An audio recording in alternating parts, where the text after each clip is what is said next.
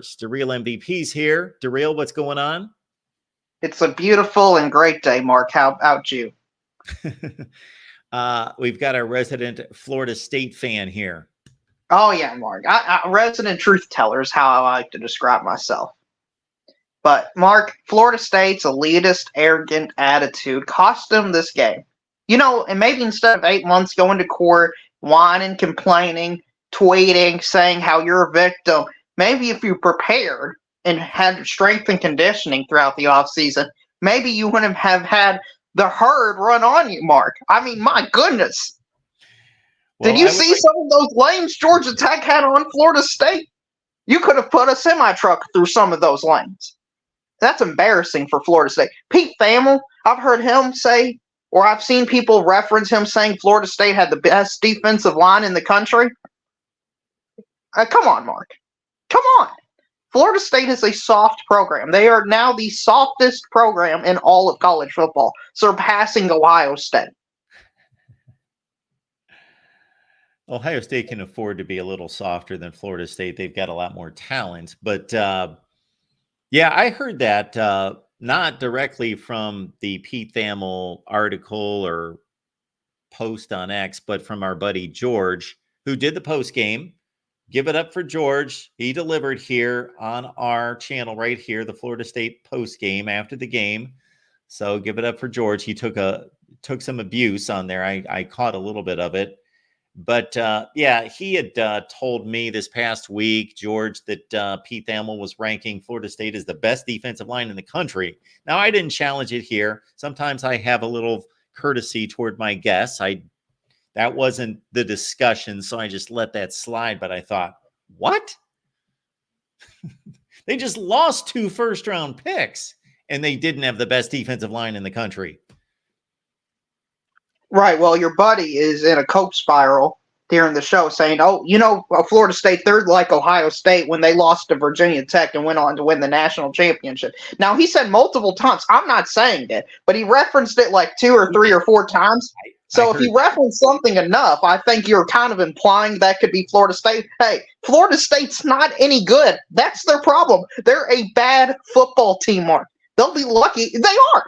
They got ran on and dominated by Georgia Tech. I don't care what the final score was, 24-21. Georgia Tech from start to finish, outside of Florida State's first drive, was the better team. Florida State at no point during that game I thought had any chance of winning. Any chance. I can erase 14 points off Florida State score and it would be totally reasonable. You have 2 kicks of 50-plus yards or longer, 159. How often is a kicker going to make that? I doubt it's going to be much. And then you have a drive at the end of the game where you have to go for it on 4th down. You convert not 1, but 2 4th and medium to 4th and long 4th downs. What is the odds of that happening in a game? And those were the correct calls to make, by the way. I had a few people text me that they needed to kick a field goal there. And I understand that traditional thought, but no, you got to go for it on 4th down with 5 or 6 minutes left. I'm not going to go through it right now because I don't want to break up your rant. But no, you're good. Georgia Tech was the better team. Yeah. So the deal there is, let me get the situation right. DJ completed a 4th and 7 and a 4th and 8. So the odds of making a 4th and 7 or 4th and 8, I'm not going to be able to slice it down to a T, but I would guess it's somewhere in the 25 to 30% range. Obviously, depending on if you've got Tom Brady standing back there, it's a lot different. But just generally, it's 25 to 30%. So the thought would be, well, if it's only 25 or 30%, you kick the field goal. If the field goal would get you to within 3, it's a different situation, but it only gets you to within 4. So you still have to score a touchdown. And this is assuming you make the field goal, which for the average college kicker is probably a 65 to 70% certainty. So you're already playing with fire there. Number 2, you've got to get the ball back without the other team scoring, and you still have to score a touchdown. So you go for it on 4th down to score the touchdown to tie the game. Oh, I agree with the call. I didn't even think Yeah. there was any question about the call. I'm just saying the odds of you going, I if saw a your few game people plan question week in and week out is to go for on a 4th and 8 and 4th and 7 and hit 250+ yard kicks, you're not going to be winning very many football games, especially when you're playing mediocre competition like Georgia Tech. Listen, Georgia Tech, they're a cool story, Mark. They're not going to be a threat for the college football playoff. They are probably a fringe top 25 team at best. They're not very talented. They've got a coach who should have won 5-7 last year, but people are saying is now the hottest name in all of college football. Or Carolina Jackpot saying begging for him to go to South Carolina. I mean, come on, Mark. Florida State is the main story here, and it's that they're not a good team. They are a 1-year wonder. Okay, and it's okay to be a 1-year wonder. TCU was a 1-year wonder. You just got to know your role in life sometimes, Mark. And now Florida State's going to be 7-5, 8-4. They'll be the middle of the ACC, and they'll be happy to go to the Quick Lanes Bowl or something like that, or the Pop Tart Bowl.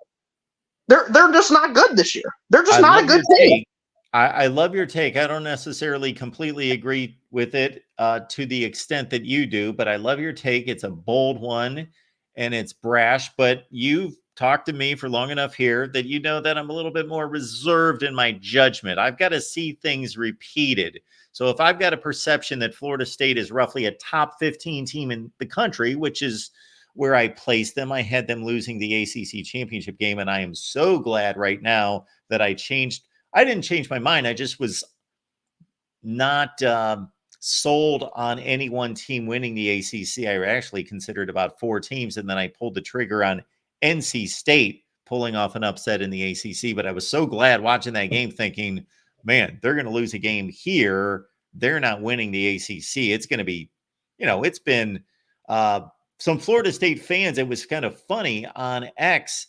They took solace in me posting, and this took me a while to look up because I had to go year after year after year after year. Back to 1998 was the last team in the ACC to lose its first conference game and then come back and win the conference. And they were like, well, we did it then. Well, that was 26 years ago. So it doesn't happen I'm basically showing you that this doesn't happen when you dig yourself a hole of 0-1. Now, can they pull it off? Yes, the ACC is not that good. So remember, Darrell, that they're playing in a bad conference. So they could possibly, it's like the NFL. And I know you love the NFL, that they say one of the most overrated things in the NFL is taking too much stock in what happens week 1. And you think, oh, these teams are really good. These teams are really bad. And so then everybody overplays it in week 2. I get that, Mark, but maybe my main focus isn't on Florida State, the entire team, but it's on Jordan Travis versus DJ Ukulele. I mean, Mark, you replace a Ferrari with a Ford Fusion or a Honda Civic. I mean, it's just terrible, Mark. I mean, DJ Ukulele is not equipped to be a good or elite quarterback. He's just an average to below average quarterback. He missed plenty of easy throws down the middle of the field to get Florida State moving the football. He's just not that good. This is his 3rd program, and he hasn't improved at all since his days of Clemson.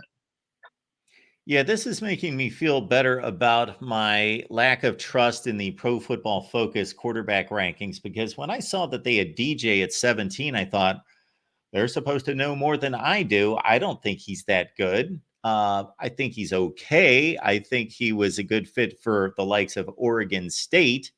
And I do think that his receivers let him down at Clemson. He didn't have the elites that Deshaun Watson and Trevor Lawrence had. But no, he's not a really good quarterback. This has been proven. The dude's been playing since 2020. So he has played a lot of football, and he's not. Now, there was some fairy dust theories out there by Florida State fans that put him together with Mike Norvell, who knows offense, that he could suddenly make him something he's not. Well, we certainly didn't get any evidence of that. And again, I hate to really run down how I had this game pegged, but that was one of my key points. DJ's average, yeah, I'll go with that. He's average 57% completion percentage last year, and you're putting him together with players he's never thrown to in a game, and they're not experienced players. They're all mostly inexperienced players. And even George, our Florida State guy, said, well, you got a good point there. You could be right. I said, they're not going to be in sync, most likely. And the problem wasn't most of the time that they weren't in sync. It's that DJ didn't even look downfield to try to throw the ball to them. Ohio State opens up with Akron. Alabama opens up with Western Kentucky. Tennessee opens up with Chattanooga. Michigan opens up with Fresno State. And Oregon opens up with Idaho.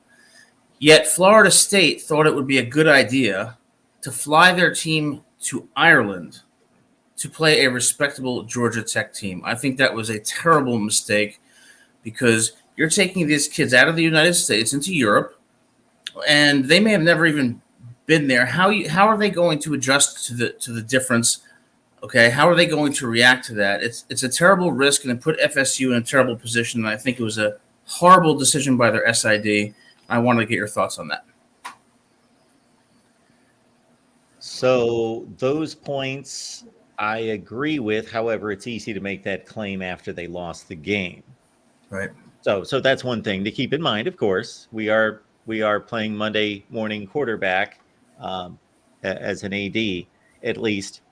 No, they're all valid points. Florida State is obviously, whether the network has pushed this, meaning the network that they've been affiliated with, ESPN, the ACC, has pushed them to play more of these kind of games than anybody else in the conference. They are playing the Monday night game.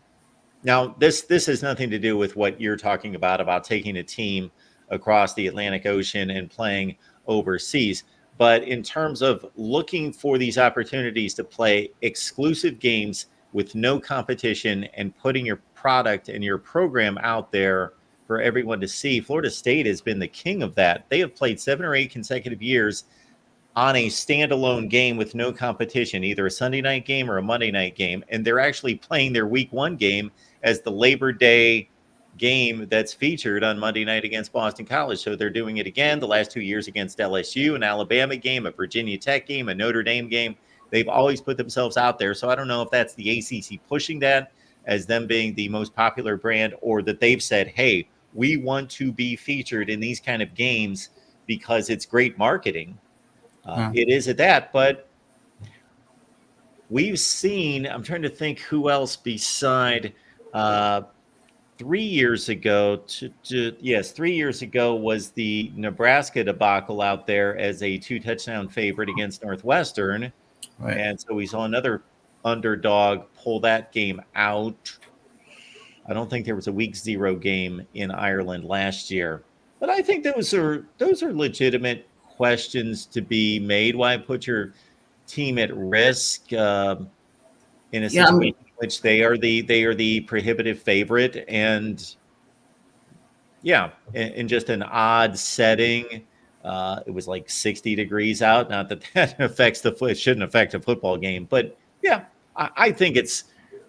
I don't blame the loss on that, but that's maybe not the best. So you're weighing, again, the marketing aspect, putting your program out there. Anybody who watched college football today is watching Florida State. Now they're watching them in a bad light. Yeah, I kind of think the best marketing is winning national championships. And I know Georgia Tech had to fly to Ireland too, but Florida State was the number 10 team in the country. So the pressure was on them. Georgia Tech had nothing to lose. I just think it was a mistake from a scheduling standpoint. College football is even more exciting with some action on the line. And the games are even better when you're cashing in. And the Voice of College Football is the place to be to get the greatest value. Let's start with my picks. 75% against the money line, 58% against the spread. I've got a 40-year track record. In fact, in 2023, at $100 played per game, you would have netted over $9,300. And guess what? I'm just the warm-up act. Steve Merrill, our ace in the hole, show stopper from Wager Talk. 6 years with the Voice of College Football, over 30 years in the industry. Steve gives us analysis on all the big games, but you can't miss Steve's weekly under-the-radar pick, which went 21-5 against the spread the last 2 seasons. I repeat, 21-5 against the spread. You also get picks from some of our top analysts here at the Voice of College Football, including Steve Dace and Matt Zemek. Become a YouTube channel member or Patreon member for just $99 per month. Go to the main channel on YouTube, click join, and select the betting tier.